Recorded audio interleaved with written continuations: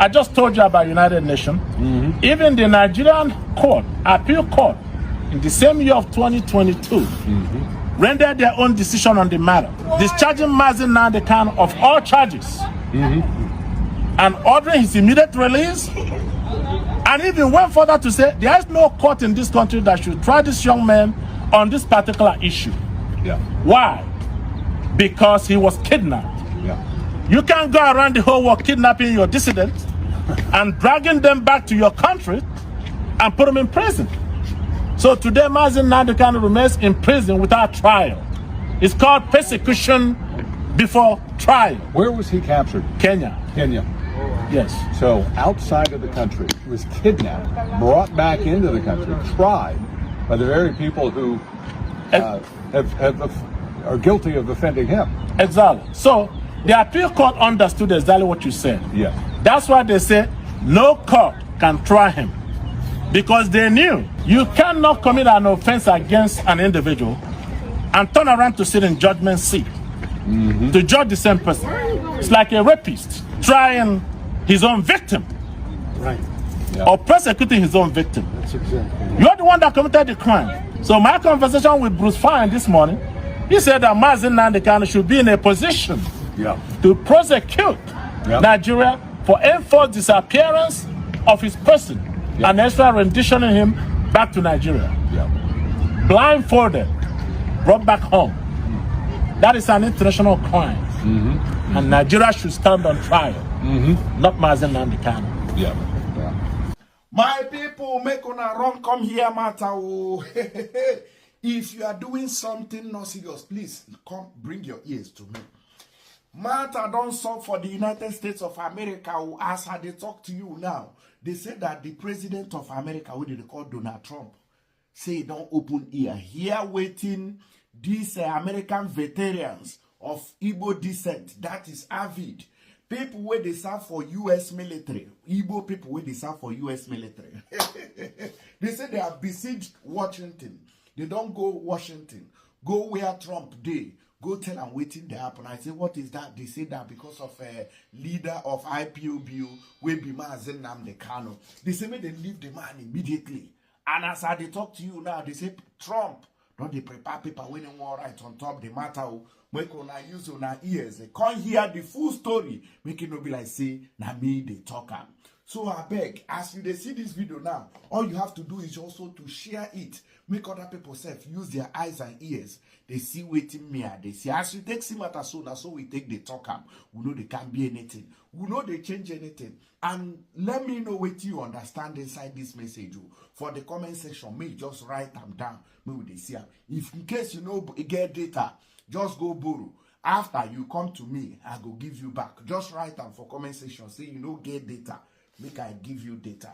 Wait, take watch this video. Just make sure so you watch them to the end. And they come back. Don't forget to use tap send in case you want some money. Go Nigeria. With my promo code, they go give you beta bonus when you deserve as a viewer of this video.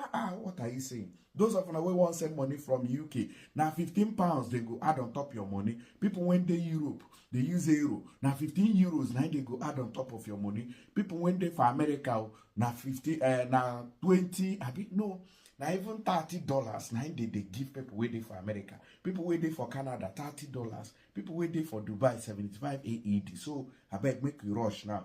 Go enjoy. And they come back with more updates. President of American Military Veterans of Igbo Decent, AVID.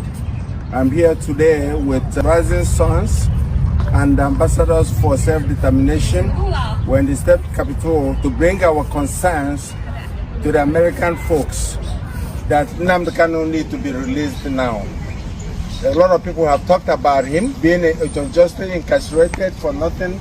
He is not the problem of Nigeria. If anything, he's the solution to solve Nigerian problems. We're asking President Tinubu, just like we asked President Buhari, that got him in the first place, to release him. They have not done anything to anybody. On this note, we are reminding the world about what happened in January 2017, when inauguration of Donald Trump was celebrated in Port Harcourt, and the Nigerian government shot down and killed over 27 young youths of Igbo descent, IPOB young stars, for doing nothing but cheering up the president of their choice. This happened and nobody have been brought to account for that. We are asking that the government of the United States under Donald Trump, president, to look into that massacre, because it was democracy that was being celebrated. And those youths were happy, rejoicing that such a good thing happened, and the military went and killed them all like chickens. We continue to ask, what is it that you're holding Nnamdi Kalu for? And we believe, as a British citizen, the British government's hand is in it, because Nnamdi was discussing about the atrocities they're doing in Nigeria. They don't want any development in Nigeria. Everything that we are doing is what Nnamdi was preaching on. And everything he have said before have happened today, and it's still happening. The jihadis coming in to work for the British government and to be killing people, the Fulani herdsmen, the terrorists, and that's what they are, killing people, trying to displace indigenous people, trying to take their lands from them, land grabbing. We want the world to look into it, more especially the United States government. For one thing, if nothing is done, once these jihadis get hold of the southeast, the Christians that they're trying to exterminate, they will have hold of the sweet cool. And once that happens, the next thing will be to challenge the United States and even the Britain that is encouraging them to do their bad deeds. So, Father, I've heard that a Nigerian government official, the Inspector General of the DSS, Department of State Services, has said, Nigerians, defend yourselves from the terrorists and the bandits, end quote. So, Father, as a minister of God, do you support self-defense, especially where it may lead to the killing of your assailant? Thank you very much, sir, for the question. And if you don't mind, let me begin by thanking you and your colleagues who have been working with us tirelessly to bring to the awareness of the world the level of injustice that is going on in Nigeria. It's getting too much. And at some point, somebody somewhere has to stand up and say, enough is enough. Now, coming to your question, yes, the Director General of DSS, who in American context, we might equate to the Director of Homeland Security, is a special government official in Nigeria who is privy to top secret intelligence, actually. For him to step forward and publicly told Nigerians, arm and defend yourselves, tells me a couple of things. One, Nigeria is either becoming a failed state or is already a failed state. Why? Because he said that they don't have enough government manpower to defend you. The military, the police, the DSS, that they don't have enough power to defend their citizens. What is the primary responsibility of any government, democratic government? To defend the lives and property of the people. So, for the director of DSS to say, we don't have what it takes to protect you Nigerians, to say, we don't have what it takes to protect you Nigerians, it means that they are incapacitated. Self-defense is a natural phenomenon.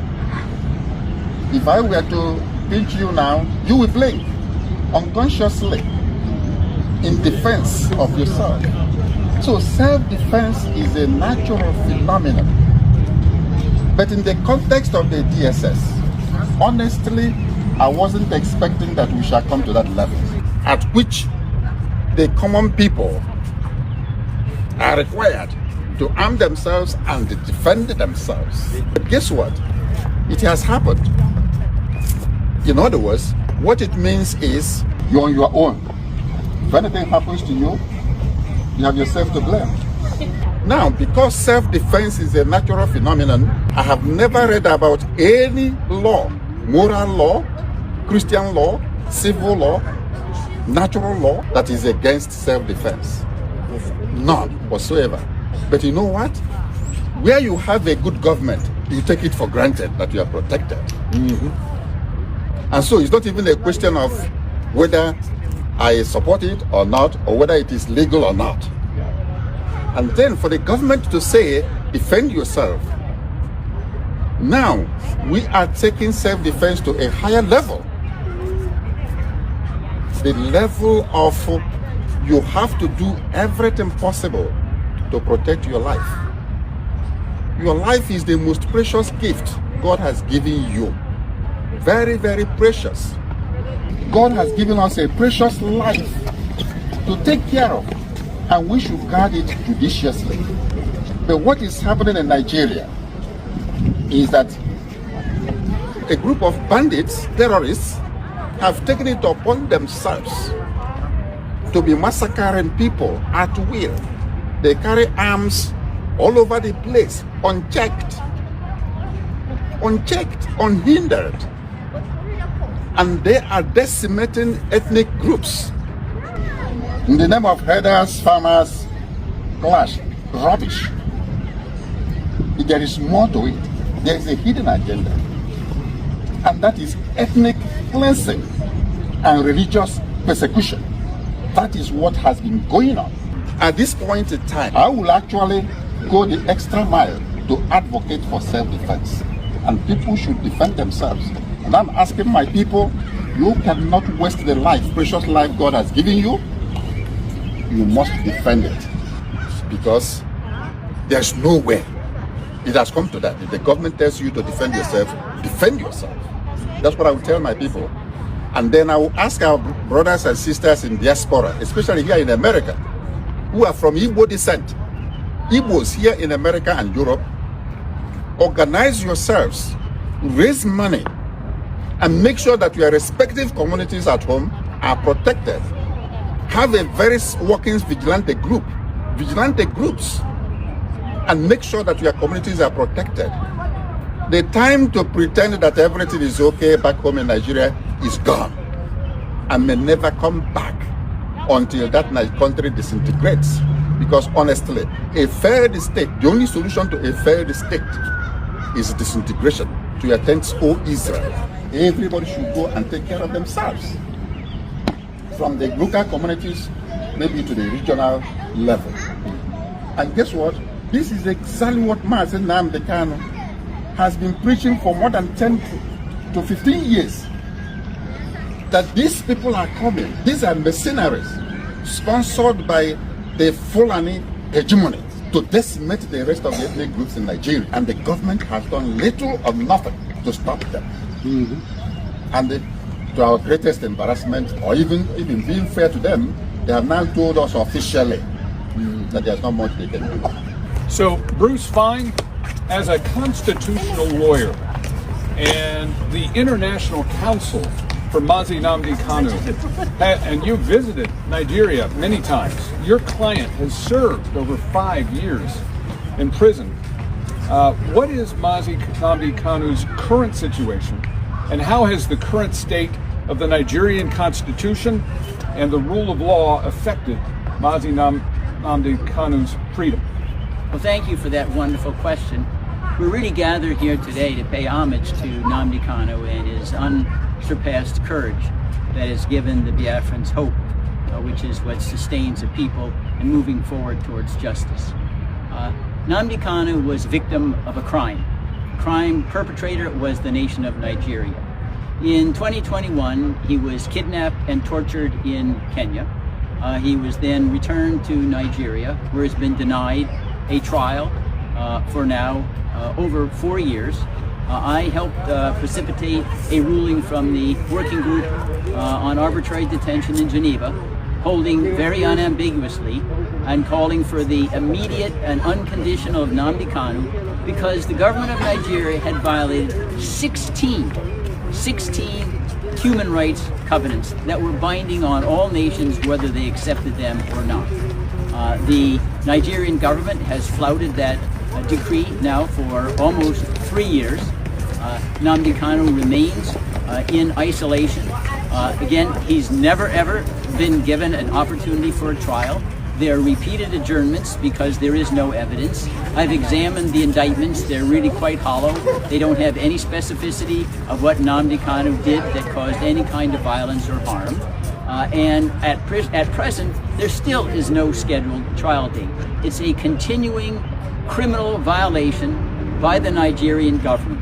The great irony is that the real case should be Nnamdi Kanu versus the government of Nigeria, which should be in the defendant's chair.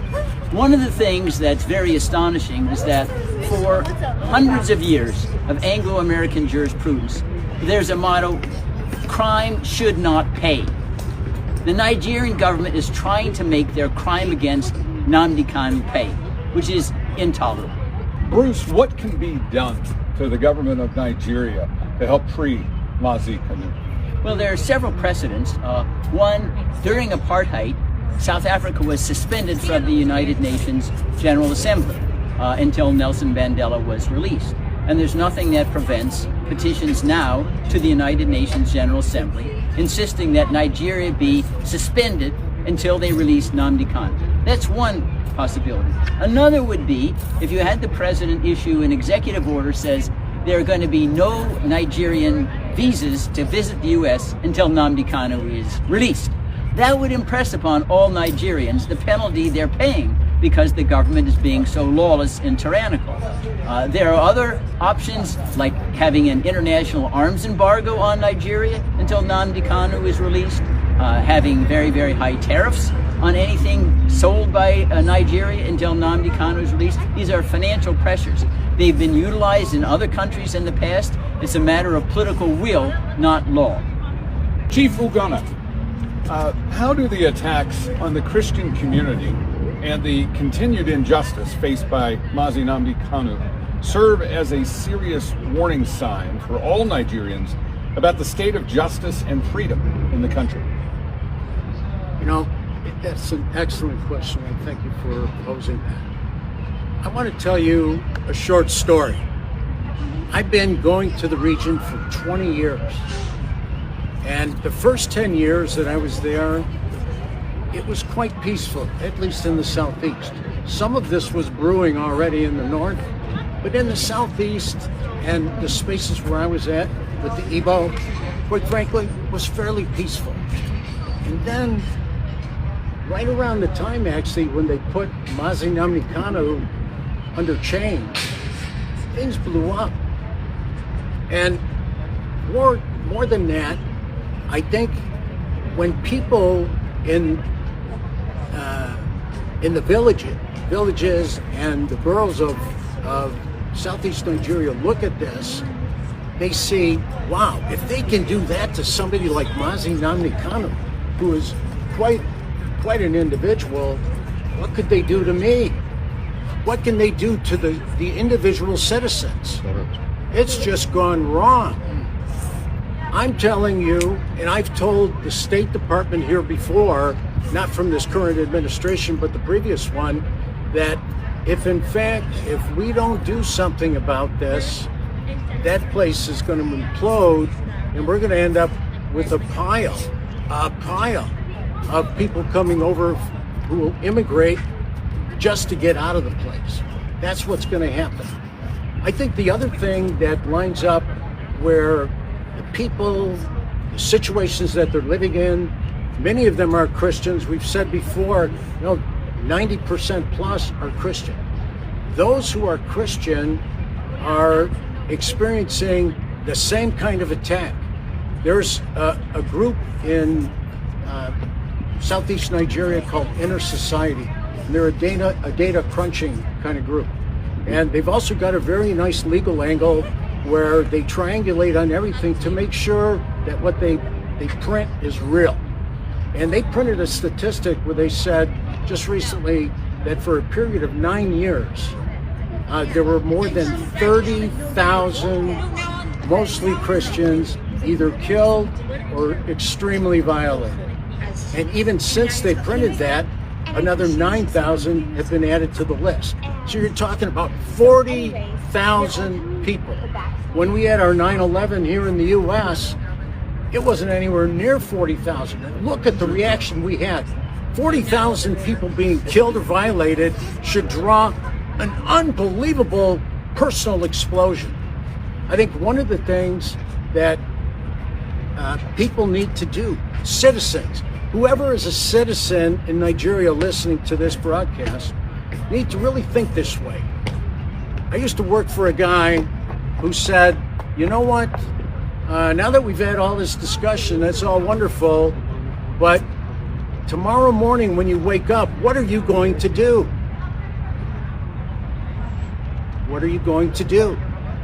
And the point is, you need to be able to answer that question. And for me, it comes down to three things. The first is you need to understand what's going on. What's going on in your village? Who are those strangers out in the bush? Who are they? What are they doing? You need to understand what's happening to you. You can't wait for somebody to tell you. Nobody's going to tell you. When DSS has already said, you know what? You better take care of yourself. You know? Actually, I don't know if they really want to give us any good advice, but that's good advice. We need to take care of us. You need to get up and understand what's going on. The second thing you need to do is you need to have a plan. You need to start to think about, what am I going to do tomorrow morning? What's the plan? I need a plan. And the third thing you need to do is take it personal. Now, you might say, what's this white chief? How many white chiefs do you see with a red hat? Not too many.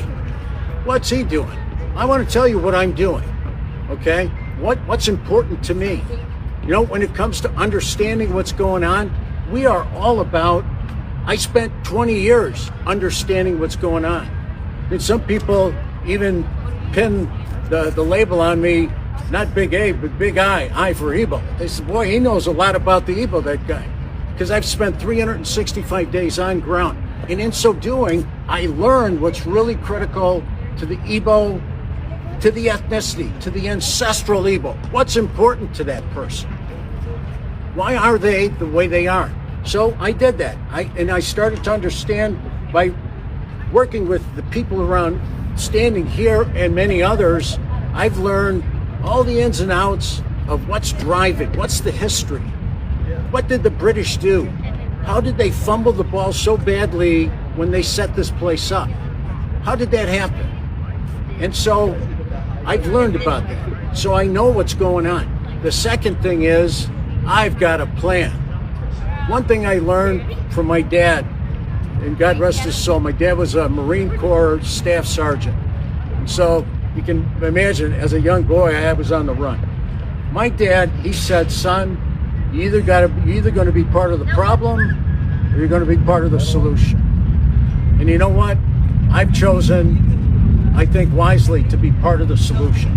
Part of the solution is critical. And you know what? You as citizens need to be part of the solution. And you need to come up with it yourself. You know what? Just like DSS, they're not going to tell us what to do. Nobody's going to tell you what to do. You need to figure it out for yourself and then do it. And then the third thing is take it personal. Now, what have I been doing? You can tell just by the way I am. I take things personal. And when I come to this place behind me, and I spend a lot of time at the State Department as well, and as a group with AVID, AVID's a great organization. AVID, with that group, we've spent a lot of time in the halls of Congress, knocking on the doors, talking with people. When we're with those people, what we're doing is we're taking them through the same three steps. United States government, you actually don't understand what's going on in Africa. Listen to us. We'll tell you what's going on. It's an ancestral place. And what happens is when they abscond with somebody who's iconic in the society. I mean, Mazi Nnamdi Kalu is iconic. When they put somebody like that in chains and just throw away the key, which they've done. They've thrown away the key. We should be taking that personal. And once again, if they can do what they're doing with him, they're doing with us, and that's when the 40,000 Christians that they've got on the run. There's another little bit of data you ought to know about. You know, all the people, and I bet there's hardly anybody in the region who hasn't been personally touched by a disappearance. You've got family, friends, fellow villagers who've been absconded with. They've been stolen. Everybody knows what I'm talking about. You know what's going on. Well, what happens is we need to tell the people in these powerful places, because they have a lot of control. I think you've heard quite a bit of wisdom about what the U.S. government can do. But for sure, the U.S. government needs to understand that if these three questions don't get answered also by the United States, understand, have a plan, and take it personal, one day it will come to our shore. One day that place will just turn into a mess. And we need to make sure that it doesn't come to our shore. Evans, a lot has been said about what is wrong in Nigeria, especially the illegal detention of Mazi Nnamdi Kalu. What are your thoughts? Well, I mean, I can tell you that we've heard an earful about the evil and atrocities going on in Nigeria. But one thing about evil is that it's really perpetrated by a few, because there are all good people everywhere. There's good people in the north, there's good people in the south, but few bad apples that happens to galvanize the masses to commit evil against their own citizens. I'm telling you that evil may live for a while or may even live for a long time, but evil will never live forever, because every evil has an expiration date. It always does. So I'm telling you that the time of massacre of Christians in the north and south has expired. Right? Expired. Right. Expired. The genocide against the Igbos has also expired. And the incarceration of Mazi Nnamdi Kalu, the Mandela of our era, the Mandela of Nigeria, his incarceration has now expired. You've heard me describe Nigeria as a dark nation. And the only thing that can overtake darkness is light. So I'm asking the Congress of the United States to be the light and enact the laws that will stop what's going on in Nigeria. Beginning with designating the nation as a country of particular concern. I'm also asking those in diaspora, like myself, to wake up and do something to help your citizens back home. We can always do something individually, but we can do much more collectively. This is a cause that I'm willing to die for. And I will continue to fight until my last breath. Tell me about the Nigerian government. Have they adequately protected human rights and enforced their laws regarding the protection of lives and property of her Igbo and Christian citizens? The question of human rights in Nigeria ought to go directly to a few people that I will mention. Yeah. They will talk about that. I'm talking about the person of a young lady called Leah Sharif, that was kidnapped by Boko Haram when she was 15 years old. 15 years old, she was kidnapped. Yeah. Until this day, she remains in the custody of the terrorists. Yes. She cried out to her government, and they did nothing. No rescue, no help. And I want to surprise you. This young woman today is 25 years old. 25 years old, having children for terrorists, while the federal government of Nigeria ignores her cry for help and assistance. Yeah. So you ask Leah Sharif about the fundamental human rights in Nigeria, Yes. and she will tell you the rest of the story. Another person that is worthy of note is another young lady by the name Deborah Samuel, a young college student in Shangari College of Education, Sokoto, Nigeria. This young woman was stoned to death in broad daylight while people stood and watched, while the government stood and watched. The army and the police, all the security apparatus, they stood and watched an innocent girl mowed down in broad daylight, and her body was set ablaze. Chances are this young woman was still alive while she was in flames. Things that you cannot bear as a father, as a brother. These things are happening in this country called Nigeria. And people expect us to be proud of the country. That's why we're here to talk to lawmakers over here, those that will listen, and I'm glad that they're paying attention. They're taking note. What do you wish that the lawmakers would do first? First of all, back during the days of the Trump administration, Nigeria was in the list of CPC country of particular concern. Yes. Then the new administration came in under Joe Biden, and they were taken off. Now, both houses of Congress, the House of Senate, the House of Rep, they're coming together to put Nigeria back as a CPC country that needs to be watched. Yep. Country that violates fundamental human rights. Yes. Country that may be sanctioned. Yep. Until they change their ways. So, for the folks who are hearing us for the first time, what would you hope that they could do? What I hope that they can do is to take the message to their respective constituents, to talk to their lawmakers, their reps, their senators, their House of Representatives. Tell them what's going on. Yeah. Tell them what's happening to other people on the other side. So maybe at least they can lend some voice when they're in session here at Congress. That's why we come here. Yes. This country holds the record for beacon of democracy in the world. That's why we're here. That's why we're here. That's why we're here. Yeah. It's simple. Yeah. One more thing, and the legendary of human rights violation, okay, ought to be referred to a man in the person of Mazi Nnamdi Kalu. Mazi Nnamdi Kalu's continuous incarceration is the primary reason why we're here.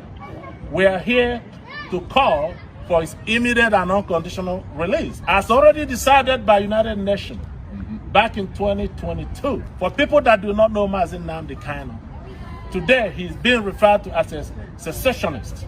He wants to divide Nigeria. But I want to let you know one thing, how this young man started this whole thing. He did not start this whole thing by calling for Biafra or calling to be separated from the nation. He started in the year of 2012 and 2013 in London, on the streets of London, calling for one Nigeria, for unity, for the government to pay attention to the suffering of the people. The children are suffering. There's no job, unemployment everywhere. Our young people has taken up to criminality. So Mazi Nnamdi Kalu saw this and he began to preach, to talk about it. He wasn't calling about secession. He wasn't calling for Biafra. He was just a devoted citizen of the country. Well, seeing that felt a deaf ear, so he began to call for a referendum. What is a referendum? An opportunity for men and women, citizens of a particular country, to come together lawfully and decide their self-determination. Decide who to govern them, to elect government over them. It's called government by the consent of the governed. There's nothing wrong with that. And for that, this young man was arrested in 2015 and put in prison. And 2 years down the road, he was granted bail and was allowed to go home. While he was enjoying his bail, preparing to come to court, consistent with the bail conditions, he was invaded by the same government that granted him bail. A combined forces of the military, the Air Force, Navy, all of them invaded his home on a planned assassination attempt. They called it the legendary Python dance. Python should be dancing in the forest, not in a village where there were women, children, and elderly. That's where the Nigerian military came to operate their Python dance. But at the end of the day, when the Python has finished dancing, scores of human beings were left dead. Properties were destroyed. Where's the justice? Where's the government? Where's the right of the people to be protected? And miraculously, Mazi Nnamdi Kalu escaped that very assassination attempt. And in 2021, June of 2021, they tracked him down and kidnapped him while he was on official duty in Kenya. As far as we are concerned, there is no democracy in Nigeria. One key piece I want to mention with people and citizens is that it's the subject of fear. See, when you don't make a plan, when you don't understand what's going on, and you don't take it personal, all of that gets replaced by fear. See, what happens when fear takes over, all the bad operators around you become temporarily successful. And that's evidenced largely by the growth of IDP camps in the country. You know, the internally displaced person camps are now over 1 million. fact, there's an organization, they publish a thing called an IDP Atlas. And in the Atlas, they quote that 1.34 million people are now in camps. And on top of that, there's another statistic that they keep where they call displaced person movement. And those are people who are about to be in IDP camps. They've been chased out of their environments, out of their homes, and there are about 3.3 million of those.